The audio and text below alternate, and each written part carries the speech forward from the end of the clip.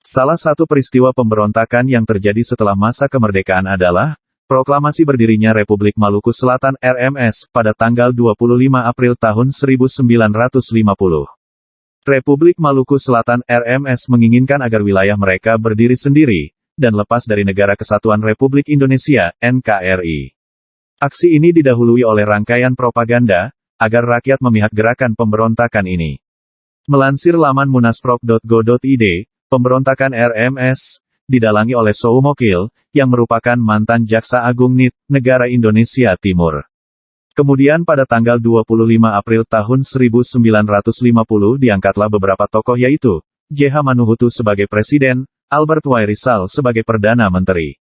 Sementara para Menteri Republik Maluku Selatan (RMS) terdiri atas, Mer. Dr. C.R.S. Soumokil, D.J. Gaspars, J. Toul, S.J. Norimarna, J.B. Patirajawane, P.W. Lokolo, H.F. Peter, Anan Lohi, Dr. Teh Patirajawane, Ir. J.A. Manusama, dan Z.P. Siwarisa.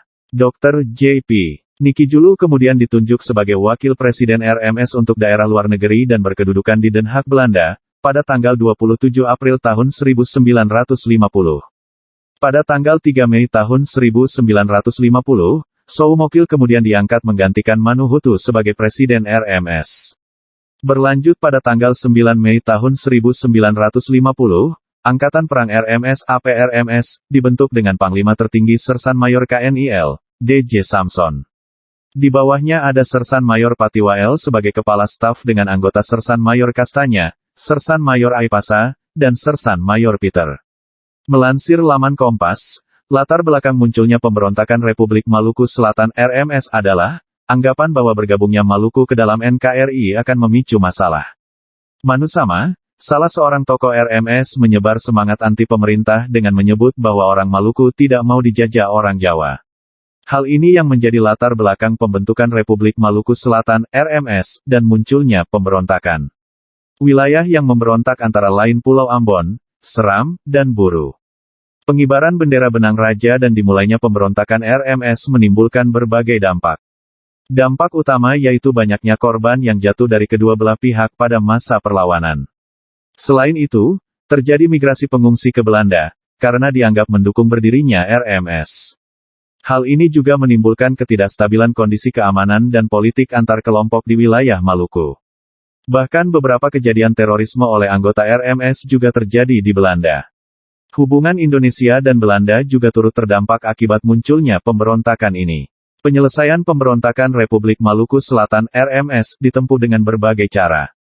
Secara persuasif, pemerintah mengutus Dr. J. Leimena untuk melakukan pendekatan dengan menyampaikan permintaan berdamai kepada RMS, supaya tetap bergabung dengan NKRI.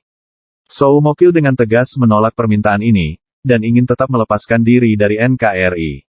Akibatnya ditempuh cara perlawanan dengan membentuk operasi militer, yang dipimpin Kolonel A.E. Kawilarang. Sebagai Panglima Tentara dan Teritorium Indonesia Timur, ia ditunjuk karena dianggap mengerti dan paham bagaimana kondisi di wilayah tersebut. Setelah perlawanan panjang, Kota Ambon akhirnya dapat dikuasai pada awal November tahun 1950. Keberhasilan ini diikuti dengan penangkapan Presiden pertama RMS, J.H. Manuhutu dan Perdana Menteri RMS Wairisal, beserta 9 menteri lainnya.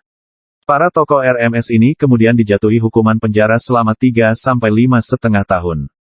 Namun saat terjadi pertempuran dalam merebut benteng New Victoria, Letnan Kolonel Slamet Riyadi yang bertugas saat itu harus gugur di medan laga.